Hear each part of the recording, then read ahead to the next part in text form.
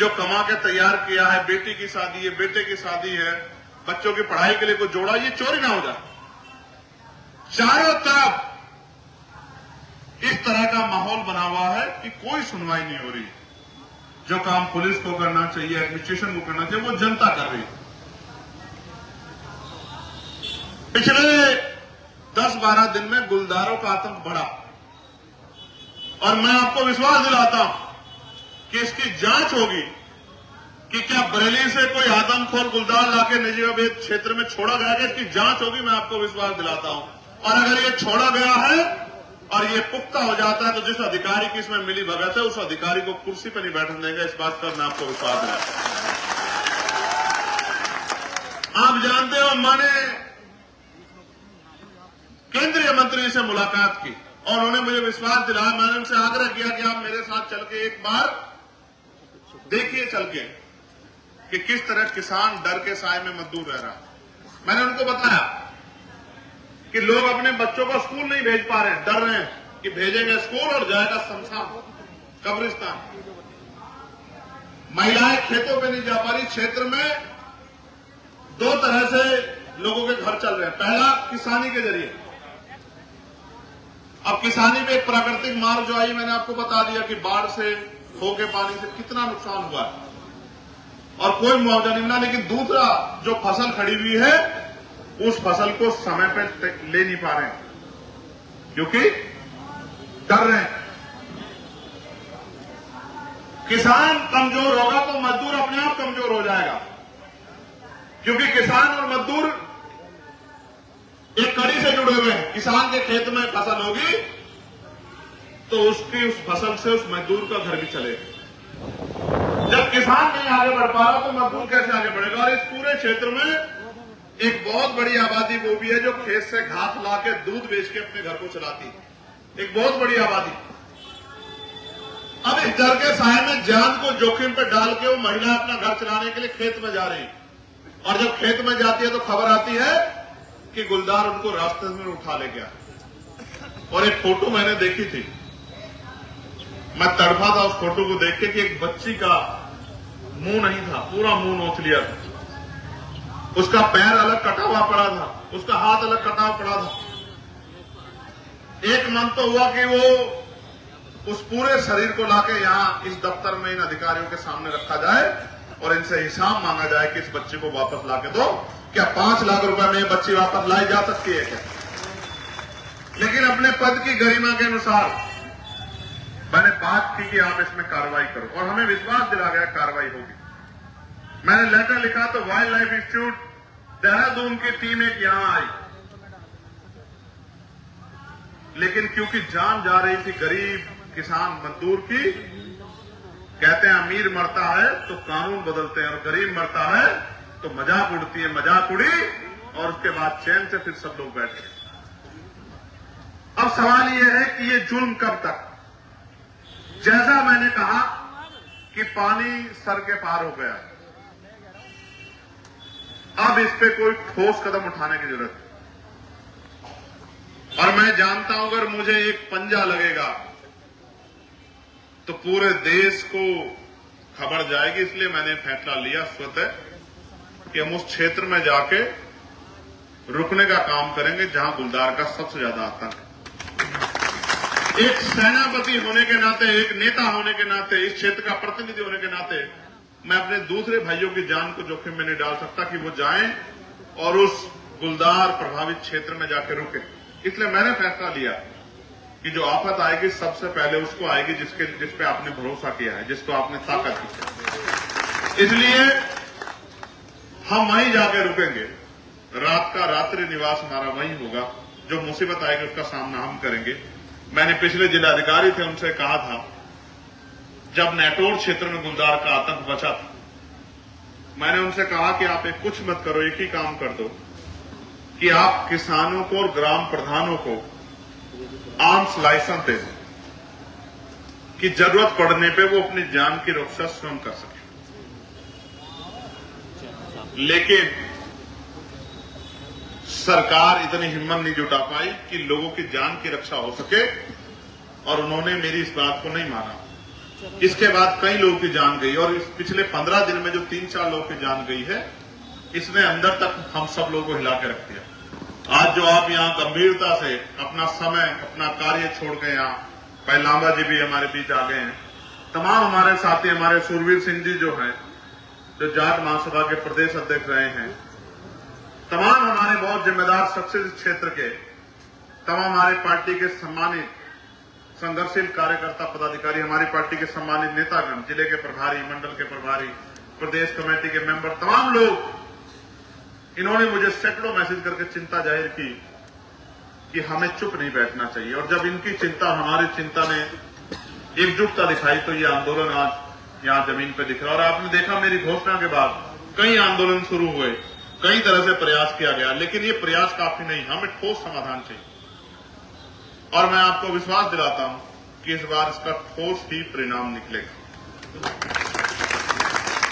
और ये एक दिन के आंदोलन से नहीं निकलेगा। मैं मानता हूं इस बार आंदोलन जो है, अगर यहां की सुनवाई से काम नहीं चलेगा तो अगला आंदोलन दिल्ली में होगा या लखनऊ में होगा। मेरी बात का याद रखिए। और पूरे प्रदेश के कार्यकर्ताओं को बुलाकर उस विधानसभा का घेराव किसान मजदूरों की रक्षा के लिए और उनके जीवन को मजबूत बनाने के लिए, उनको सशक्त बनाने के लिए हम लोग करने का काम करें। आप ये देखिए, 5 लाख रुपए का मुआवजा दिया जाता है। कितने पैसे का? सरकार ने गरीबों की जान की कीमत क्या लगाई है? सरकार ने हमारी माओ बहनों की जान कीमत क्या लगाई? सरकार ने आपके बच्चों की जान कीमत क्या लगाई? और जिस परिवार का कमाने वाला चला जाएगा, क्या 5 लाख रुपए में वो परिवार जिंदगी भर सर्वाइव कर लेगा? मैंने ऐसे परिवार भी देखे जिनमें छोटे छोटे बच्चे। ये मुआवजा नहीं, ये भीख। मैं लेटर लिखूंगा आज ही कि सरकार वास्तविकता में इन परिवारों का हाथ मजबूत करना चाहती है जिनके साथ तकलीफ हुई है, तो मुआवजे की राशि बढ़ा के 5 लाख से 25 लाख रुपए कम से कम की जाए, जिससे, क्योंकि जान की को तो वापस नहीं कर सकते। जिसकी जान चली गई है, जान की कोई कीमत नहीं है। आप और मैं सब जानते हैं कि जो चला गया उसको वापस नहीं ला सकता, पैसों में नहीं तोला जा सकता है। लेकिन जिनके परिवार में हानि हुई है, तकलीफ हुई है, उनके आंसू पूछने में एक छोटी सी मदद ये मुआवजा हो सकता है।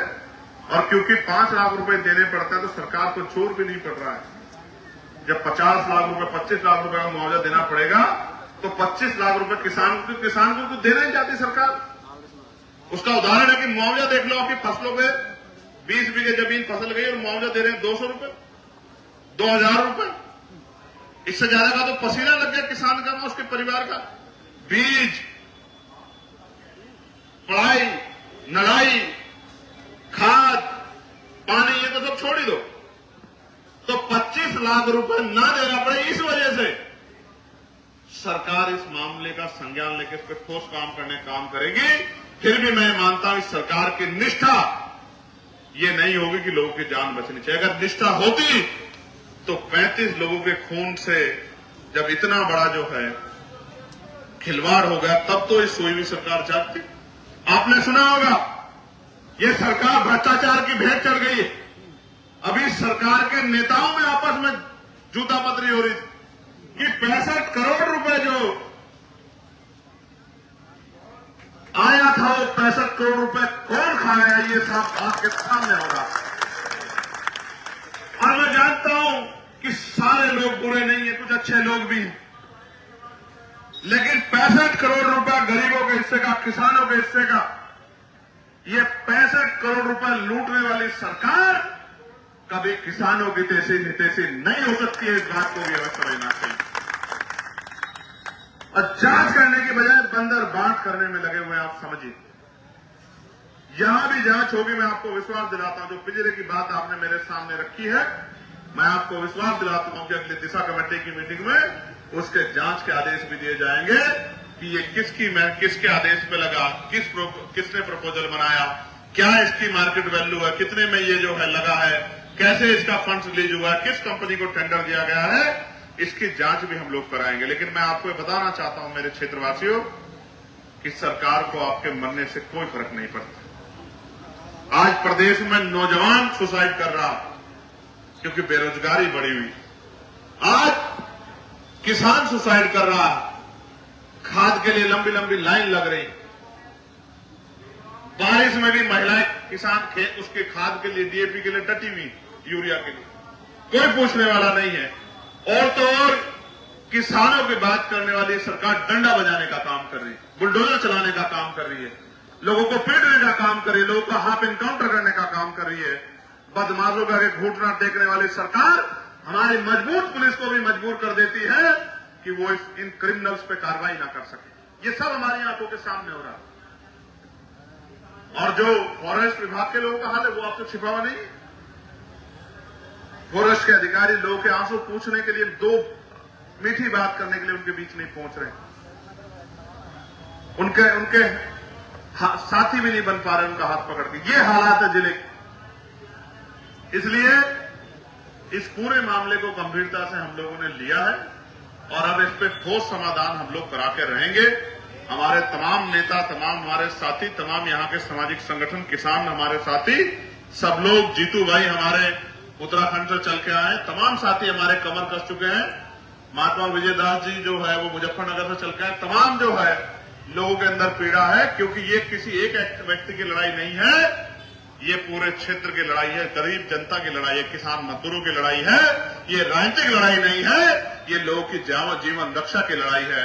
और लोगों की जीवन रक्षा का पन और पार्लियामेंट में जब हमने शपथ ली थी तो इस बात का हमने विश्वास दिलाया था कि हम अंतिम व्यक्ति की भी सुनवाई करने का काम करेंगे, अंतिम व्यक्ति की आवाज बनने का काम करेंगे। और अगर हमारे क्षेत्र में इस तरह का जुल्म होगा तो हम लोग चुपचाप नहीं बैठे। मैंने तो एक छोटा सा आह्वान किया था, आप हजारों की संख्या में यहां चले आए। मैं आप सबका भी बहुत बहुत धन्यवाद करता हूं। और बड़े बड़े जिम्मेदार लोग अपने काम छोड़ के आशीर्वाद देने के लिए यहां हम लोगों को पहुंचे हैं। उनके प्यार का, आशीर्वाद का भी हम लोग बहुत बहुत उनका धन्यवाद करते हैं। हाथ जोड़ के उनको जय भीम प्रणाम करते हैं।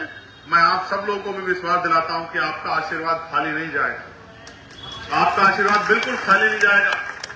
आपके आशीर्वाद से, आपकी मेहनत से, आपका पसीना जो आज यहां पड़ा है, ये इस क्षेत्र में इस गुलदार की समस्या को खत्म कराने का काम करेगा। मेरा आपको बहुत बहुत भरोसा है इस बात के साथ कि चाहे पार्लियामेंट हो चाहे सड़क हो। और इस बार जब मैं ये भी भरोसा दिला दूं कि जब पार्लियामेंट चलेगी तो पहले दिन गुलदार की समस्या पे पार्लियामेंट की सीढ़ियों पर बैठ के आंदोलन करने का काम भी हम लोग लोकसभा के अंदर करेंगे। और आप जानते हैं कि मैं अपने साथियों को भी इकट्ठा कर लेता हूं। वो मेरे साथी जो मेरा साथ देते हैं, क्योंकि मेरी संख्या वहां कम है, अकेला आदमी हूं, तो जो किसान नेता हमारा साथ देते हैं उन सबको भी इकट्ठा करके इस नगीना की, बिजनौर की समस्या को राष्ट्रीय समस्या बनाने का काम हम लोग करेंगे। इस बात का भी मैं आपको विश्वास दिलाता। मैं मीडिया के भाइयों से भी कहूंगा कि मीडिया का भी बड़ा सशक्त रोल है। उनको हमसे भी सवाल पूछना चाहिए। उनको एसी के कमरे में बैठे हमारे माननीय अधिकारियों से भी सवाल पूछना चाहिए। और उनको इस निकम्मी सरकार से भी सवाल पूछना चाहिए जो 35 लोगों की जान की कीमत नहीं समझती है, जो 35 लोगों की जान से इतना बड़ा खिलवाड़ होने के बाद भी और चैन से जो है अपने घर में पड़ के सो रही है। सरकार से भी सवाल पूछना चाहिए। लेकिन प्यारे भाइयों, मैं आपसे पूछना भी चाहता हूं, अगर इस आंदोलन को दोबारा से मजबूत करके आगे बढ़ाना पड़ा, क्या आप इस आंदोलन में हम लोग का साथ दोगे?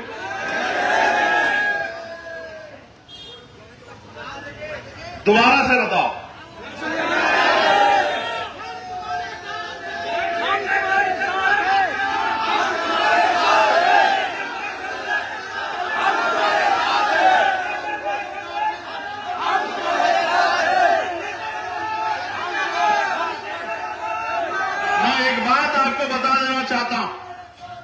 मैं एक बात आपको बता देना चाहता हूं। सांसद बनने के बाद ये मेरा पहला धरना, क्योंकि यह एक काम ऐसा हो रहा है जो मेरी पहुंच से बाहर हो रहा। आप जानते हैं, अगर ये काम मेरी पहुंच में होता तो मैं कभी धरना नहीं करता। आप इस बात को जानते हैं। ये लोगों की जान का मामला है, वरना कोई ऐसा मामला नहीं। आप तमाम लोग बैठे हैं कि आपकी तरफ आंख उठी हो और मैंने धरना करने के लिए आपको कहा हो। आप इस बात को जानते हैं। मैं आपको रोकने काम करता हूं कि धरना मत करो। आपके पास आपका सांसद है जो आपके जगह अकेला धरना करने का काम करेगा। लेकिन इस बार मैं अपने आप को असहाय महसूस कर रहा हूं, क्योंकि अगर ये लड़ाई इंसानों से लड़ी जा रही होती, दबंगों से, सामंतियों से, किसान विरोधियों से, दलित मुसलमान पिछड़ा विरोधियों से लड़ी जा रही होती, व्यापारी विरोधियों से लड़ी जा रही होती, तो वहीं जाके इस आंदोलन करने का हम करते। लेकिन क्योंकि ये लड़ाई जानवरों से लड़ी जा रही है, ये जानवरों से लड़ी जा रही है और सामने समझदारी नहीं है, सामने आतंक है। इसलिए इस आतंक से ऐसे ही लड़ा जाएगा जैसे हमारी सेना आतंकवादियों से लड़ती है, इसी तरह से लड़ा जाएगा। सेना बन के हम लोग लड़ने का काम करें। और प्यारे भाइयों, अगर ऐसे बात नहीं बनेगी, मैं और नेताओं के जैसा नहीं हूं, लेकिन क्योंकि आप जानते हो हमारी शक्ति को, मैं चाहता तो सारे अधिकारियों को यहां धूप में आपके बराबर में बिठा सकता था। आप जानते हो नहीं जानते हो इस बात को? जानते हो नहीं जानते हो? लेकिन उनका अपमान करके मुझे कोई सम्मान नहीं मिलने वाला। सही बात। मैं इस बात को जानता हूं, इसलिए मैंने उनको आपके बीच में नहीं बुलाया। वरना मैं चाहता, आप देखो छोटा सा कोई मामला होता, बिजली विभाग के अधिकारियों को पकड़ के बंधक बैठा के वहां बिठा लेते हैं। वो तो छोटे छोटे संगठन के लोग हैं, हम तो देश के एक बहुत बड़े संगठन के कार्यकर्ता हैं, भीम आर्मी, आजाद समाज पार्टी कार्यकर्ता। अगर हम चाहते तो इन सारे अधिकारियों को आपकी जगह यहां बिठा के धूप में इनसे भी पसीना बहा सकते हैं। लेकिन सम्मानित साथियों, ये लड़ाई उन अधिकारियों से नहीं है, ये लड़ाई उस व्यवस्था से है। इसमें जो भी खामियां उसको दुरुस्त हम इनके जरिए कराने का काम करेंगे। और इसलिए मैं आपसे आग्रह करता हूं कि आप और हमें मिलकर अब इस पे मजबूत संज्ञान लेना है। आज हमारा प्रवास जो है, रात्रि प्रवास रामदास वाली में रहेगा। कहां? रामदास वाली में एक जगह है जहां ये कब हुई घटना?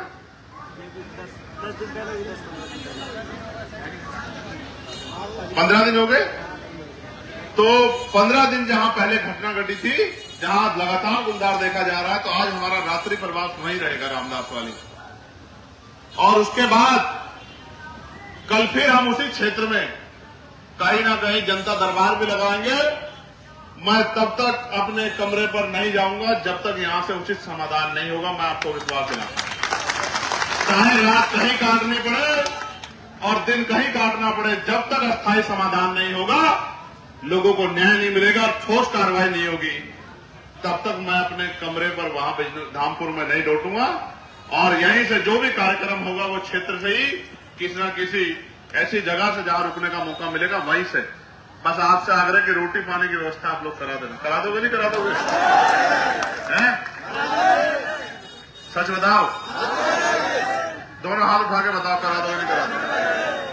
नहीं, ऐसे तो बहुत मजबूत लोग बैठे हैं, ये तो एक एक बारात की व्यवस्था करा सकते हैं, लेकिन इनसे व्यवस्था नहीं करानी, आप ही लोगों से व्यवस्था करानी।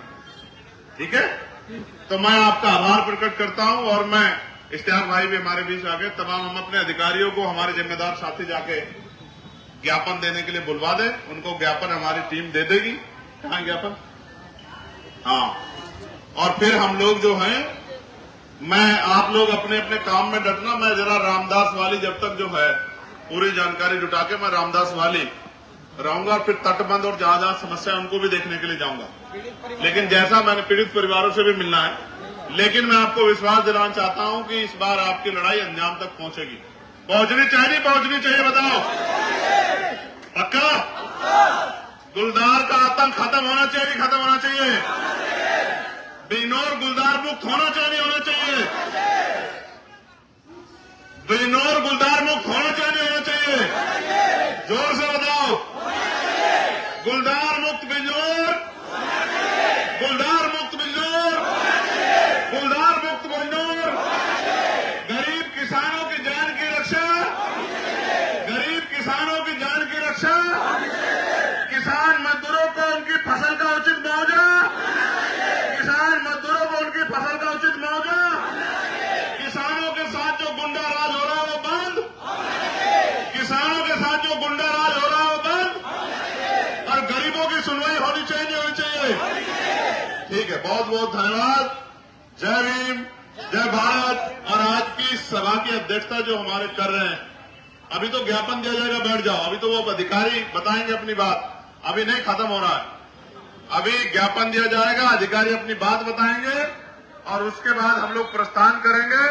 और अभी हमारे यहाँ 2-3 सीनियर लोग हैं, क्योंकि मैंने आपसे पहले भी कहा था कि मैं इस क्षेत्र का बेटा हूं। अभी हमारे बीच में सूरवीर सिंह जी हैं, लामा जी हैं, ओमपाल जी हैं। अभी हमारे यहाँ 2-3 सीनियर लोग हैं, वो भी 2-2 मिनट आपको आशीर्वाद देंगे और अपनी बात रखेंगे। मैं कैलाश लामा जी शुरुआत करूंगा कि वो आए और अपनी बात को रखें।